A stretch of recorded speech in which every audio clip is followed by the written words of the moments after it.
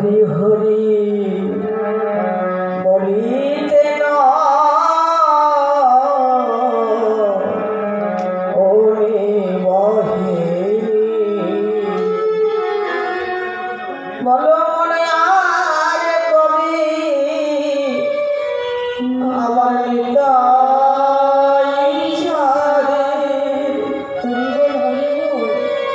চাঁদে করুণা হইবে কবে সংসার আসনাম কবে তোর হবে বলো বলো বলো বলো সেই দিনই আমার কবে বা কবে হবে সেই দিন আমার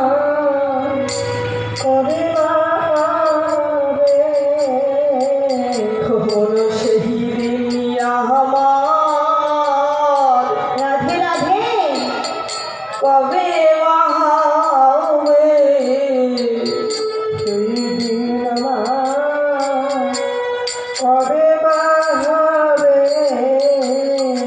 অভিগৌর হরে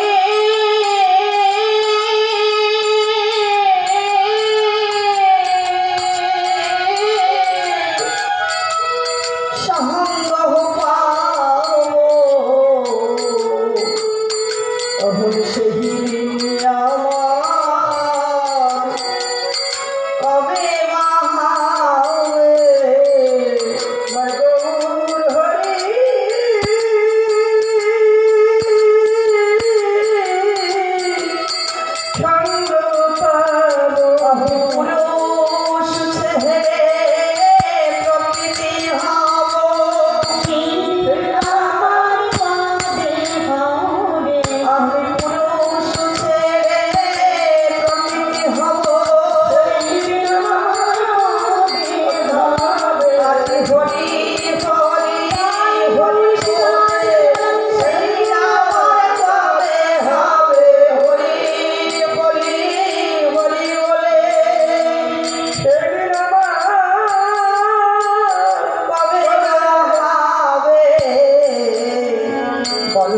সেই দিনে আমার কবে হবে এই শোভন মজুমদারের যে সাধু কল্পমালা হারটা আছে না, ওই গ্রন্থটাতে দেখবেন সমস্ত পদাবলীগুলো এমনভাবে লেখা আছে, মনে হবে যেন আপনার মনের কথা আপনিই যেন এটা বলতে চাইছিলেন। আমি যখন গ্রন্থ আস্বাদন করি সাধু কল্পমালা হারটা, তখন মনে হয় যে এ বাবা, এটা তো জানা ছিল, এটাই আমি বলতে চাইছিলাম। আর ঠিক পদকর্তা আপনার মনের কথাটা লেখা আছে, যেখানে আছে আশ্রয় করিয়া বন্ধ শ্রী গুরুর চরণ আছে না প্রথমেই, তারপরে কি আছে জয় জয় শ্রী গুরু প্রেম কল্পতরু। মানে আপনার মনের যেগুলো যে আমি প্রাথমিকভাবে ভগবানকে কেমন করে ডাকবো, এই গ্রন্থের মধ্যে আপনি পেয়ে যাবেন। এমন সুন্দর একটা ভাষা লেখা আছে ওর মধ্যে। মধুভাণ্ড ফেরি সহসা কমল মুখী দ্রুত পক্ষ মেরি উড়ে যায় অতিমিলিত পদ্ম ভুবনে। সংসার ও মধুর ভাণ্ডারটা রেখে যে সমস্ত ভক্তবৃন্দ এই হরিবাসর মধুর আস্বাদন করতে এসেছে, এরা একটা সুন্দর মধুকর, যে মধুকরগুলো এত চালাক, যারা ফুলের মধু সংগ্রহ করে অথচ ফুলের এতটুকু পর্যন্ত তার সৌন্দর্য নষ্ট করে না, সে হলো প্রণয়।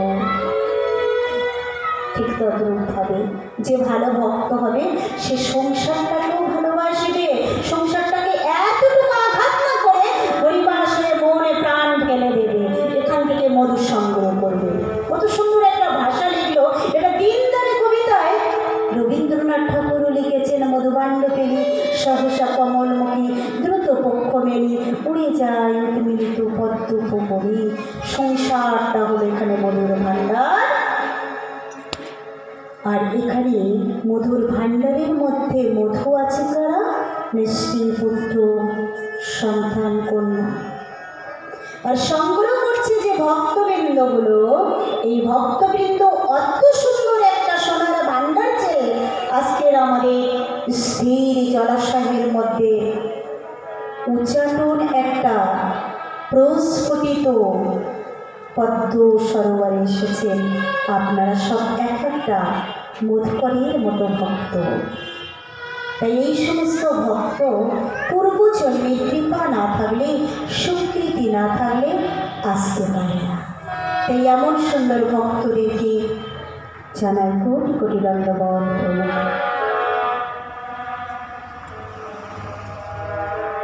সেখানে লিখছে যে প্রত্যেকটা ভক্তের মধ্যে যে আকুলতা, সেই আকুলতা কোথা থেকে সৃষ্টি হয় জানো?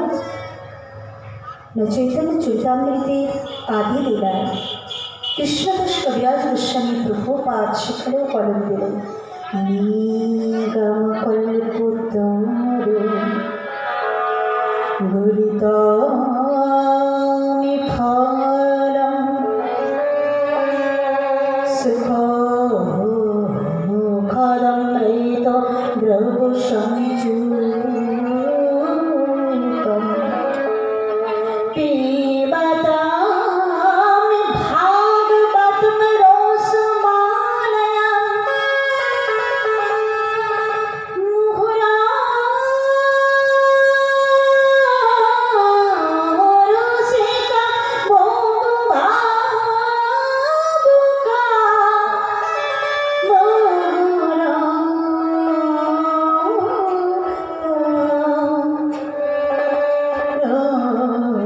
রসিকা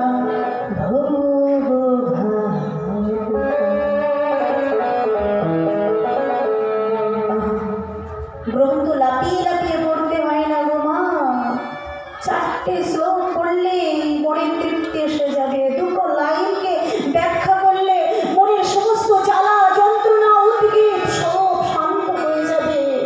কেমন করে? এই যেমন কালুতলা গ্রামটা, লাউতলা গ্রামটা একটা পঞ্চায়েতের অধীনে আছে। গ্রাম একটা পঞ্চায়েতের অধীনে, পঞ্চায়েতটা ব্লকের অধীনে, ব্লকটা আবার অঙ্গরাজ্যের অধীনে আছে, পশ্চিমবঙ্গের মধ্যে আছে।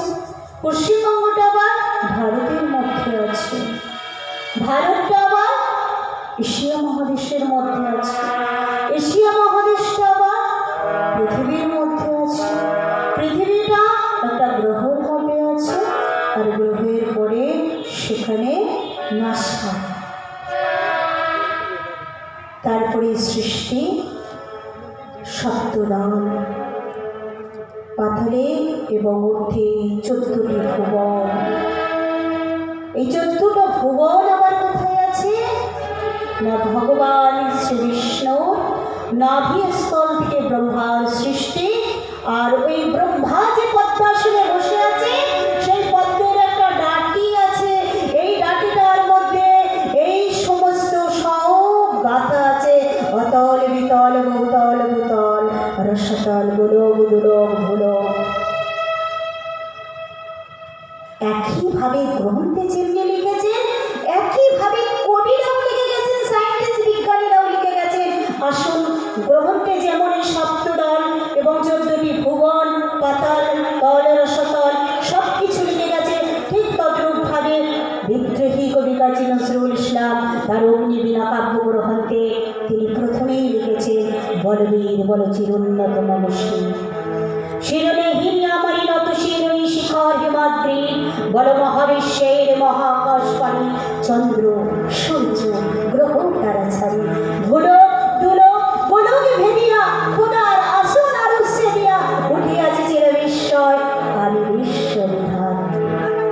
যার মধ্যে এই সপ্ত দল এবং 14টি ভুবন সম্পর্কে আয়ত্ত আছে, সে একজন ভালো ফিলোসফিক্যাল বিজ্ঞানী, দার্শনিক বিজ্ঞানী এবং ভালো দার্শনিকতার লজিকের সহিত সে একজন পারফেক্ট ভক্ত। তাই ভক্ত হতে গেলে ক্যাজুয়ালি হবে না। ভগবান দেখেছেন কোনো ক্যাজুয়ালি আছে? না। আমাদের ভগবান শ্রীকৃষ্ণ, আমরা তার গ্রন্থগুলো পড়ছি, কিন্তু আমাদের ক্ষমতা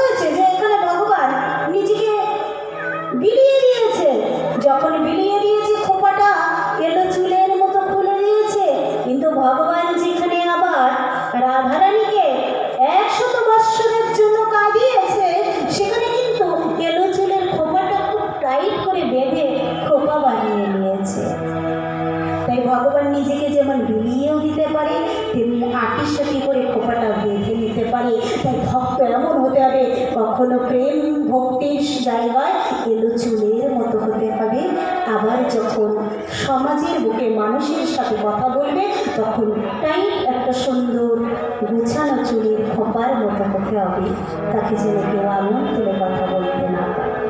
তাই ভক্ত মানে এমন নয় যে সার্বক্ষণিক কেঁদে বেড়াতে হবে, মলিন বস্ত্র পরতে হবে, কোনো বিলাসিতা থাকবে না। না, বিলাসিতা থাকবে ভগবানের জন্য, বিলাসিতা থাকবে প্রভুর জন্য, আনন্দ থাকবে ভগবানের জন্য, সৌন্দর্য থাকবে ভগবানের জন্য। ভক্ত কখনো কাঙাল হয় না গো মা, ভক্ত হয় ধনী। ভক্ত হয় সবার থেকে উঠতে। এই ভক্তরা যদি নিজেকে পারফেক্ট বানিয়ে নেয়, এই সনাতন ধর্মটা দেখবে পরিতৃপ্ত হয়ে পরিব্রাজ হয়ে শহরে নয় দিগন্ত নিয়ে দিগন্ত থেকে দিগন্তে ছড়িয়ে যাবে, বেরিয়ে পড়বে, ছিটিয়ে পড়বে প্রতিটা কোণে কোণে শিক্ষার আলো আর ভক্তদের বদলে কৃষ্ণ নামের ধরিতে পুরো সনাতন ধর্মের দেশ হবে। জগৎ আবার ভারতলয়ের শ্রেষ্ঠ আসন পাবে, আর সেখানে এক কোন থেকে ভাসে আসবে সুন্দর সুন্দর সেই ধরি, এসো হি আর্য, এসো হি অনার্য, এসো হি হিন্দু মুসলমান, এসো এসো খ্রিস্টান, এসো ব্রাহ্মণ, সূচি কর মন, ধরো হাতে সভা কর, এ মোর চিত্ত পূর্ণ তীর্থে জাগরু ধীরে, এই ভারতের মহামানবে সাগর তীরে, যেখানে দাঁড়ায় দুবাউ বাড়ি নবনবীনের গানে গে। আমরা ভুলে গেছি সমস্ত কবিতা, আমরা ভুলে গেছি সমস্ত ভজন, আমরা খুব মনে রেখেছি আমাদের ধনটাকে। আমরা